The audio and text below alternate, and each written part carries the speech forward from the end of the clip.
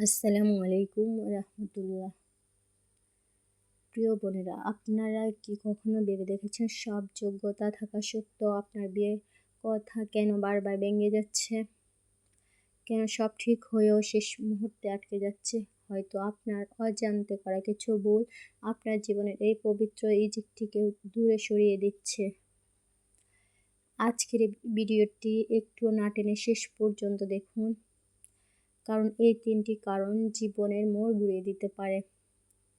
প্রথম কারণ, নামাজে অবহেলা করা। আমরা অনেকে মনে করি নামাজ শুধু একটা ইবাদত, কিন্তু প্রিয় বোন, নামাজ হলো আপনার রিজিক ও বরকতের চাবিকাঠি।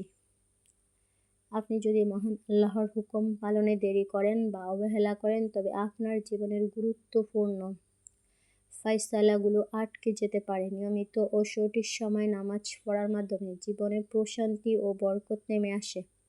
দ্বিতীয় কারণ, হারাম সম্পর্কের মায়া। বিয়ের আগে যে কোনো ধরনের অবৈধ প্রেম ও হারাম সম্পর্ক বরকত কেড়ে নেয়। যে সম্পর্কের শুরু আল্লাহর নাফরমানি দিয়ে, সেখানে কখনো আল্লাহ তাআলার রহমত থাকে না। এই হারাম পথে আকর্ষণ সাময়িকভাবে ভালো লাগলেও এটি আপনার জন্য নির্ধারিত পবিত্র বিয়ের রাস্তাটি বন্ধ করে দেয়। আল্লাহকে খুশি করার জন্য এই মায়া ত্যাগ করুন, ইনশাআল্লাহ তিনি আপনার জন্য উত্তম ব্যবস্থা করবেন। তৃতীয় কারণ, পিতামাতার অবাধ্যতা। দুনিয়ার জীবনের সফলতার চাবিকাঠি মায়ের দোয়া আর বাবার সন্তুষ্টি।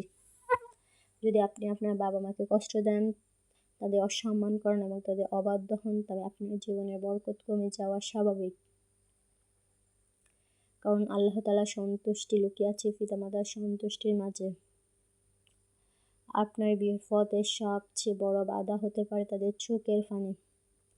প্রিয় বোন আমার, সময় এখনো ফুরিয়ে যায়নি। আসুন আমরা নিজেদের শুধরে নেই, তওবা করি এবং আল্লাহর উপর ভরসা রাখি।